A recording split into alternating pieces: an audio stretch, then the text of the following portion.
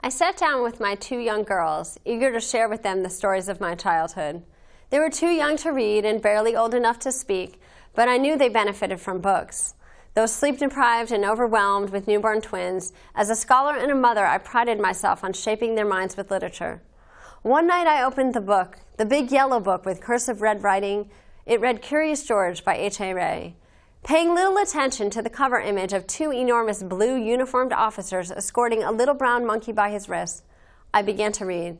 This is George. He lived in Africa. He was a good little monkey and always very curious. I had officially introduced my daughters to the cute, jubilant Curious George. Staring at Curious George swinging on a vine, happily eating a banana, I continued reading aloud as the girls gazed at images of the man in the yellow hat, hiding behind a tree, attempting to allure George with his yellow hat. "I'd like to take him home with me," the man in the yellow hat explained. My attention peaked as I reread the line to myself.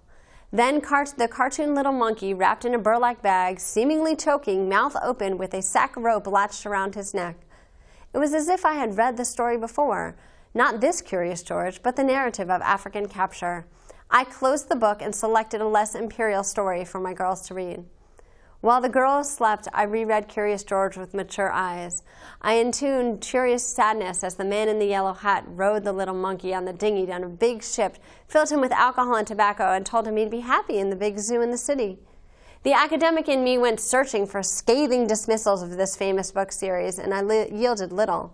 I began asking why the icon had been spared the criticism of literary, film, and television critics, and my answer came when I learned two important facts about George. First, the television program was nationally known for promoting him as STEM education-based educator of children, a bipartisan policy heavily funded through even the most recent recession. Second, Curious George writers, the Reys, were well-known Jewish Holocaust survivors. And while the scholar in me knew one should question the colonial roots of scientific curiosity that produced slavery, and my Jewish roots confirmed that even those who escape violence can innocently produce it, the exploration of these ideas occupied the last 6 years of my career.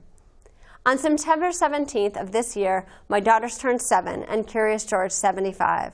The remainder of this talk will touch on 3 of the many reincarnations of George. First, literature as a tool to teach digestible narratives of slavery. Second, the promotion of STEM education for preschoolers. And third, his Holocaust remembrance discourses to demonstrate how, when read together, Curious George medias can help explain how modern colonialism can be taught.